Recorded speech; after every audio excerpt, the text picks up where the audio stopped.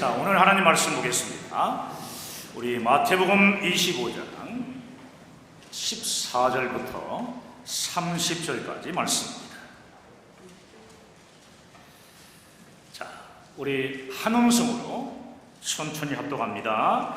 또 어떤 사람이 타국에 갈 때 그 종들을 들고 자기 소유를 맡긴 것 같으니 각각 그 재능대로 한 사람에게는 금 5달란트를, 한 사람에게는 2달란트를, 한 사람에게는 1달란트를 주고 떠났더니 5달란트 받은 자는 바로 가서 그것으로 장사하여 또 5달란트를 남기고 2달란트 받은 자도 그같이 하여 또 2달란트를 남겼으되 1달란트 받은 자는 가서 땅을 파고 그 주인의 돈을 감추어 주었더니 오랜 후에 그 종들의 주인이 돌아와 그들과 결산할세 5달란트 받았던 자는 5달란트를 더 가지고 와서 이르되 주인이여 내게 5달란트를 주셨는데 보소서 내가 또 5달란트를 남겼나이다. 그 주인이 이르되 잘하였도다 착하고 충성된 종아 내가 적은 일에 충성하였으니 내가 많은 것을 내게 맡기리니 내 주인의 즐거움에 참여할지어다. 2달란트 받았던 자도 와서 이르되 주인이여 내게 2달란트를 주셨는데 보소서 내가 또 2달란트를 그 주인이 이르되 잘하였도다 착하고 충성된 종아 내가 적은 일에 충성하였으니 내가 많은 것을 내게 맡기니 내 주인의 즐거움에 참여할지어다 하고 1달란트 받았던 자는 와서 이르되 주인이여 당신은 굳은 사람이라 심지 않은 데서 거두고 해치지 않은 데서 모으는 줄을 내가 알았으므로 두려워하여 나가서 당신의 달란트를 땅에 감추어 두었었나이다. 보소서 당신의 것을 가지셨나이다. 그 주인이 대답하여 이르되 악하고 게으른 종아 나는 심지 않은 데서 거두고 해치지 않은 데서 모으는 줄로 내가 알았느냐? 그러면 내가 마땅히 내 돈을 취리하는 자들에게나 맡겼다가 내가 돌아와서 내 원금과 이자를 받게 하였을 것이니라 하고 그에게서 그 1달란트를 빼앗아 10달란트 가진 자에게 주라. 무릇 있는 자는 받아 풍족하게 되고 없는 자는 그 있는 것까지 빼앗기리라.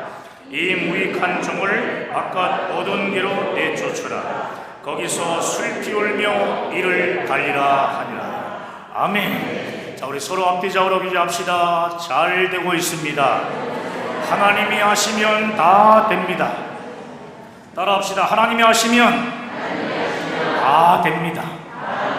할렐루야.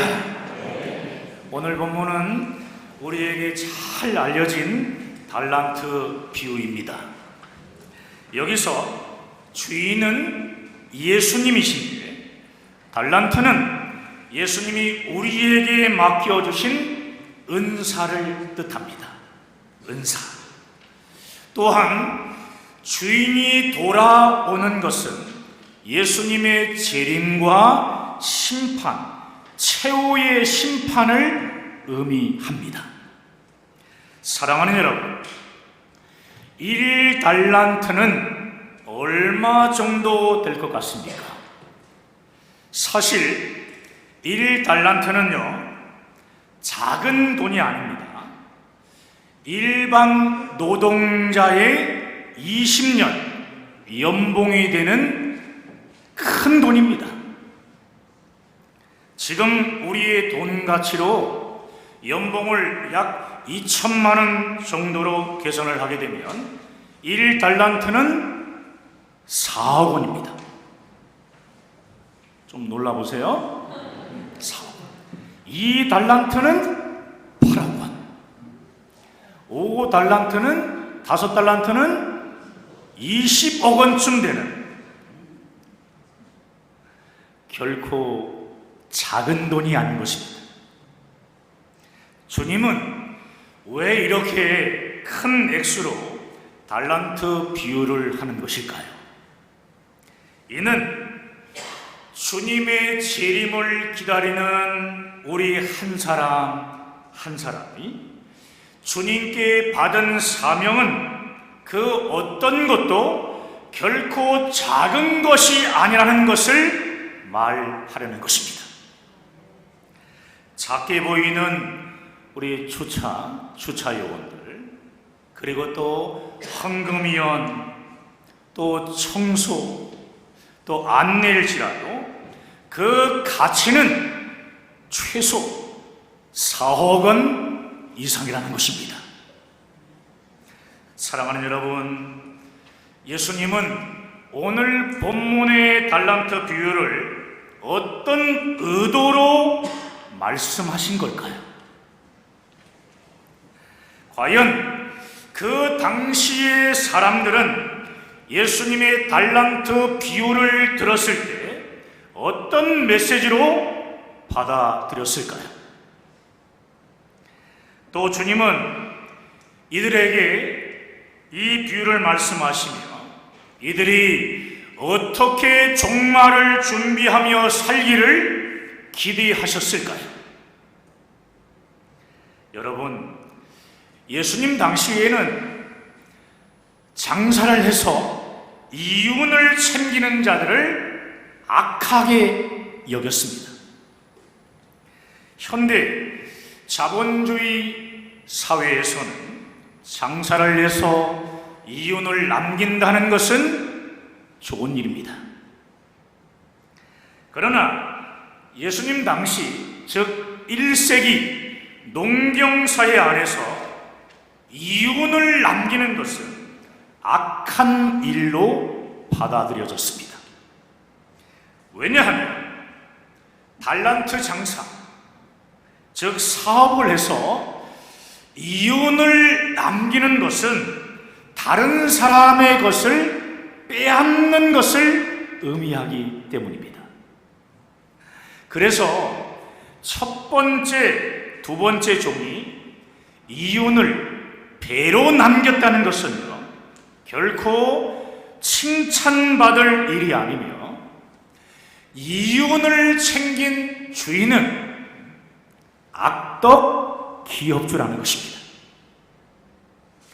악덕 기업주에게 충성한 것을 이처럼 큰 상급과 칭찬이 있다면 선하신 주인인 예수님에게 충성한 사람들에게는 주님께서 얼마나 복을 주실까 하는 것입니다. 부정한 재물을 남긴 것조차 그들의 주인에게 칭찬을 받았다면 하나님이 주신 은사, 직분, 성품, 자원 등을 하나님 나라를 위해서 투자하고 남겼다면 이 얼마나 멋진 일인가 하는 것입니다. 사랑하는 여러분, 달란트 비유를 통해 가르치고 있는 종말을 준비하는 삶은 어떻게 사는 삶입니까? 한마디로 충성된 종으로 살라는 겁니다. 한번 따라해 봅시다. 충성된 종으로 살자. 그렇습니다. 충성의 영어적 의미는 믿음이 가득한 것, 믿음이 충만한 것을 말합니다. 하나님께서 맡겨주신 일을 믿음 안에서 신실하게 감당하는 것이 종말론적인 충성입니다. 오늘 본문의 시작인 14절, 이 14절은 주어가 없는데요, 숨은 주어는 무엇일까요? 25장의 첫 시작인 1절 보시면 1절 1절에 뭐라고 했습니까? 그때의 천국, 그때의 천국은이라는 말씀에 연결됩니다. 즉 천국이 숨은 주어인 거예요. 천국. 때문에 본문에서 말하는 충성은요, 이 땅에 어떤 악한 왕이나 기업주에게 바치는 그런 얄팍한 충성이 아닙니다. 본문은 우리가 이 땅을 살아가는 동안 오직 주님의 재림을 기다리며 하나님 나라를 위해서 어떻게 충성해야 하는가의 문제를 다루고 있는 것입니다. 그러므로 14절은요, 또부터 시작하잖아요. 또 천국은 이란 얘기예요. 천국은, 자, 같이 한번 읽어볼까요? 어떤 사람이 타국에 갈 때 그 종들을 불러 자기 소유를 맡긴가 같으니, 자기 소유를 맡긴가 같다. 여러분, 이 말씀 중에서요, 맡겼다는 말이 충성의 핵심이에요. 맡겼다는 말은 14절, 또 본문 21절, 또 23절, 그리고 27절에 나와 있습니다.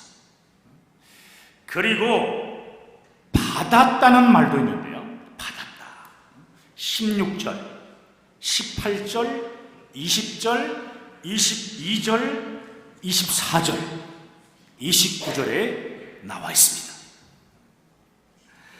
27절에서 주인은 내 돈이다 라고 주장하는데요, 이는 우리가 가진 모든 돈은, 우리가 가진 모든 것들은 하나님이 내게 충성하라고 맡겨주신 자원이라는 것입니다. 이것이 인생을 올바로 보는 신앙관이에요. 여러분, 생명, 이 생명도 내 것이 아닙니다. 하나님이 부르시는 그날이 반드시 옵니다. 하나님이 부르시는 그날까지 충성하라고 내게 잠시 맡겨 놓으신 겁니다. 건강도요, 건강을 잃고 나면은 내 것이 아니었구나 하는 것을 그때 비로소 깨닫게 됩니다. 돈도 모두 잃고 나면 이것은 처음부터 내 것이 아니었구나 하는 것을 알게 됩니다. 당시 세계를 지배하고 있었던 로마 제국도 하나님의 것입니다.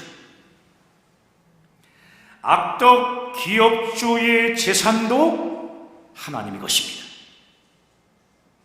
오늘 본문에 종들이 가진 이 달란트도요, 두말할 필요도 없이 자기 것이 아닙니다. 자기 장사하라고 맡겨주신 것이 아니라 하나님 나라를 세우라고 맡겨주신 하나님의 것입니다. 사랑하는 여러분, 그런데 본문에서 주님은 왜 배나 남겼는데도 불구하고 적은 일에 충성했다라고 하셨을까요? 배나 남겼는데, 지금 내가 가진 모든 것은 하나님의 위대하고 크심에 비하면 아주 적은 것이라는 뜻입니다. 그러나 하나님은 우리의 작은 충성을 보시고 큰 것으로 갚아주십니다. 하나님은 우리의 한 가지 충성을 보시고 많은 것을 맡겨 주십니다. 사실 진정한 충성은요, 작은 것에 진실을 다하는 것입니다. 충성이 무엇인가에 대한 오늘 본문의 해석이요, 참으로 재밌습니다. 보십시오. 여기 충성에 반대되는 말은 뭐냐 하면 반역이 아니라 게으름이라는 것입니다. 게으름. 원래 게으름의 반대말은 부지런함이어야 하는데요, 충성이라고 말씀하고 있습니다. 바로 여기에 깊은 교훈이 있고 영적 세계를 꿰뚫어 보시는 주님의 관점이 있습니다. 충성의 대적은 바로 게으름이라는 것입니다. 바로 여기에 깊은 주님의 관점이 있는 거예요. 충성된 삶은요, 착한 성품과 관련이 있고 악한 성품은 게으름과 관련이 있습니다. 그래서 착하고 충성된 종이 붙어나오고 악하고 게으른 종이 붙어 나오는 것입니다. 처음부터 충성은 하나님을 위해 바쁘고 신나게 살라는 부름이 아니었습니다. 신령한 삶과 영적 승리를 위해 역설적이지만 고단한 삶으로의 부름입니다. 주님은 단 한 번도 제자들의 삶이 쉽고 편안할 것이다 라고 말씀하신 적이 없습니다. 그 길은 처음부터 좁은 길이며 또 자기에게 주어진 십자가를 지는 길입니다. 충성은 우리에게 요구하는 것이 있습니다. 대가와 절제와 희생입니다. 그러나 게으른 사람은 이런 대가와 절제와 희생을 지불하지 않습니다.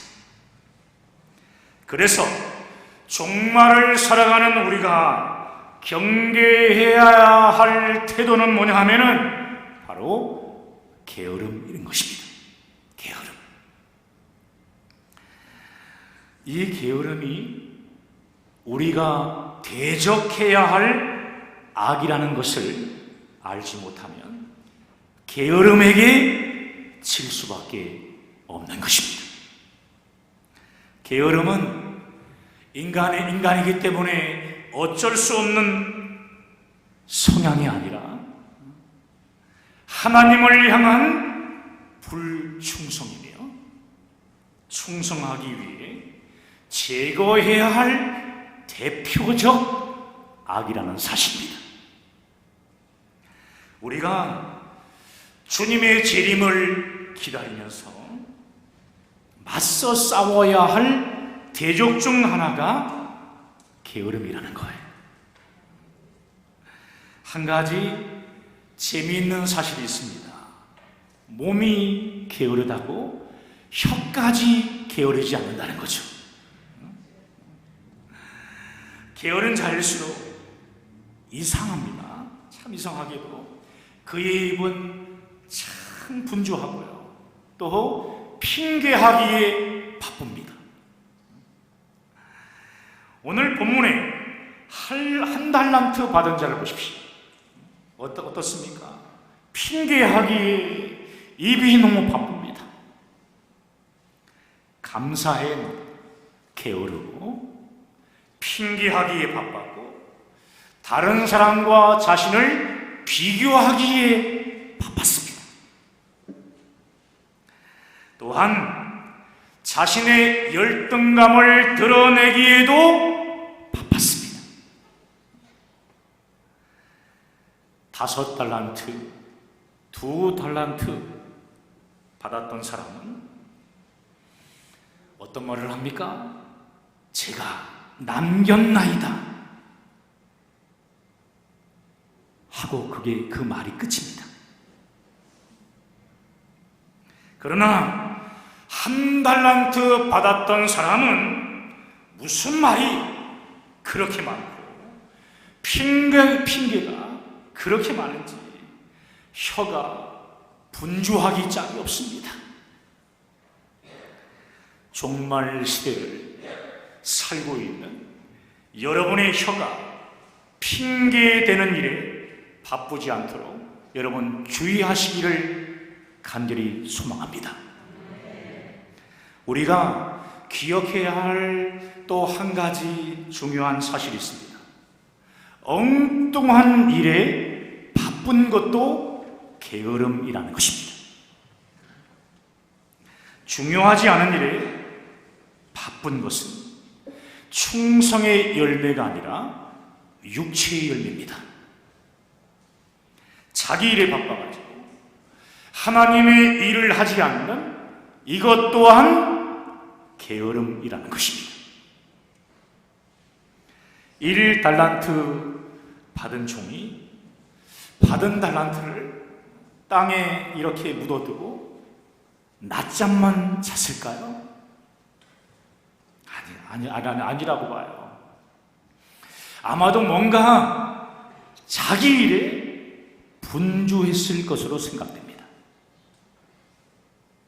여러분, 하나님께서 맡겨주신 사명을 잃어버리고 세상 일에만 바쁜 것도 악한 게으름이라는 것을 기억하시기 바랍니다. 사랑하는 여러분, 게으름을 버리지 않으면 영적 거인이 될 수 없습니다. 여러분, 우리가 세계적인 평신도 사역자가 되기 위해 기도하고 또 준비하고 있습니다. 오늘 이 시간 게으름을 버리고 충성된 하나님의 일꾼 되어지시기를 주님의 이름으로 축원합니다. 다윗이라는 인물이 있습니다.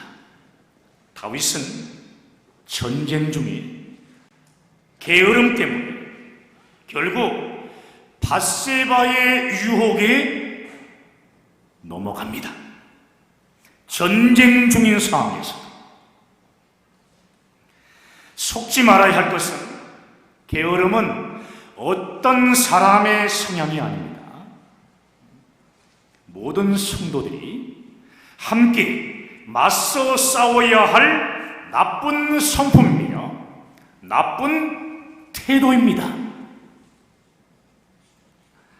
여러분, 주님을 기다리는 종말론적 신앙을 갖기를 소망하십니까? 게으름과 맞서 싸우십시오. 게으름과 맞서 싸우십시오. 그렇습니다. 하나님의 우선순위에 따라 여러분의 삶을 재조정하십시오. 오늘 여러분을 이 게으름 속에 붙들고 있는 그 환경과 피 흘리기까지 싸워서 여러분 이기시길 바랍니다. 기도하지 못하게 하고 또 섬기지 못하게 하고 하나님을 만나는 시간을 빼앗아가고 비전을 이루지 못하게 하는 환경과 맞서서 싸우라는 말씀입니다. 한번 따라해 보겠습니다. 맞서서 싸우자. 다시 한번 맞서서 싸우자. 그렇습니다. 방해하는 환경과 맞서서 싸울 때 우리는 이긴 자가 될 수 있는 것입니다. 예배의 자리, 기도의 자리, 영적 모임에 나가는 것은 힘이 들다면서 게으름을 피고 편해지려고 합니다. 편해지려고 합니다. 점점점 편하게 살려고 합니다. 이것이 바로 육체의 열매요, 불충성인 겁니다. 그러나 게으름의 유혹을 이기고 영적 모임에 나가면 그것이 바로 충성입니다. 충성된 자에게는 하나님이 주시는 게 있어요. 새 힘을 주시고, 그뿐이 아니에요. 큰 보상을 주십니다.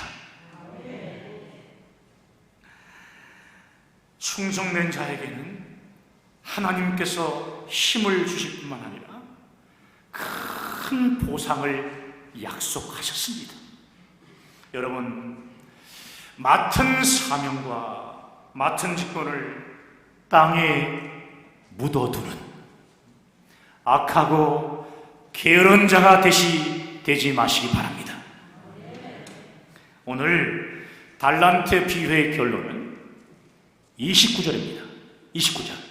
자, 29절 말씀을 여러분 길을 또 걸어갈 때나 또 늘 생각날 때마다 이 말씀을 기억하시기 바라요. 자, 29절. 자, 함께 읽겠습니다. 시작. 무릇 있는 자는 받아 풍족하게 되고 없는 자는 그 있는 것까지 빼앗기고. 다시 한번 할까요? 무릇 있는 자는 받아 풍족하게 되고 없는 자는 그 있는 것까지 빼앗깁니다. 아멘. 여러분, 이것이 하나님 나라의 법칙이며 충성의 결과입니다. 충성된 사람과 게으른 사람의 마지막은 이처럼 엄청난 차이가 있다는 것을 말씀하는 것입니다. 사랑하는 여러분, 하나님은 충성된 자에게는 게으른 자에게 맡겨둔 것 뿐만이 아니라 30배, 60배, 100배의 엄청난 상급을 주시겠다고 말씀하고 있습니다. 무릇 있는 자는 받아 더욱 풍성하게 된다는 겁니다. 여러분들이 그렇게 되길 소망합니다. 30배, 60배, 100배, 아멘한 사람에게만 이루어질지어다. 여러분에게 그런 놀라운 풍성한 복이 넘치게 되기를 축복합니다. 사랑하는 여러분, 우리가 구원을 어떻게 받았습니까? 구원. 우리의 노력이나 공로로 구원받은 것이 아니잖아요. 오직 우리 주 예수 그리스도의 십자가 공로로 우리가 영생의 구원을 받았습니다. 아무 노력도 없이, 열심도 없이 예수 그리스도의 십자가 공로를 믿는 순간에 하나님의 자녀가 되었고 천국을 소유하게 되었습니다. 예수님을 나의 구주로 믿는 믿음으로 우리가 구원을 받았기 때문에 사실 충성은요, 너무나 당연한 것입니다. 맡겨진 사명에 충성했다고 보상이나 상급을 요구할 처지가 전혀 아니라는 말씀입니다. 그런데 우리 주님은 충성된 자들에게 엄청난 상급과 보상을 주시겠다고 말씀하셨습니다. 왜입니까? 구원은 거저 받는 것이지만 상급은 행한 대로 받는 것이기 때문입니다. 구원의 감격과 기쁨을 가지고 삶을 사랑하는 자들에게 엄청난 보상이 주어진다는 말씀이에요. 늘사랑교회의 모든 성도들이 게으름을 버리고 맡은 일에 충성하는 자들이 되어 오늘 본문에 나타나고 있는 상급과 보상을 누리는 자들이 되시기를 주님의 이름으로 축원합니다. 축원합니다. 오늘 말씀 붙잡고 우리 함께 기도하겠습니다.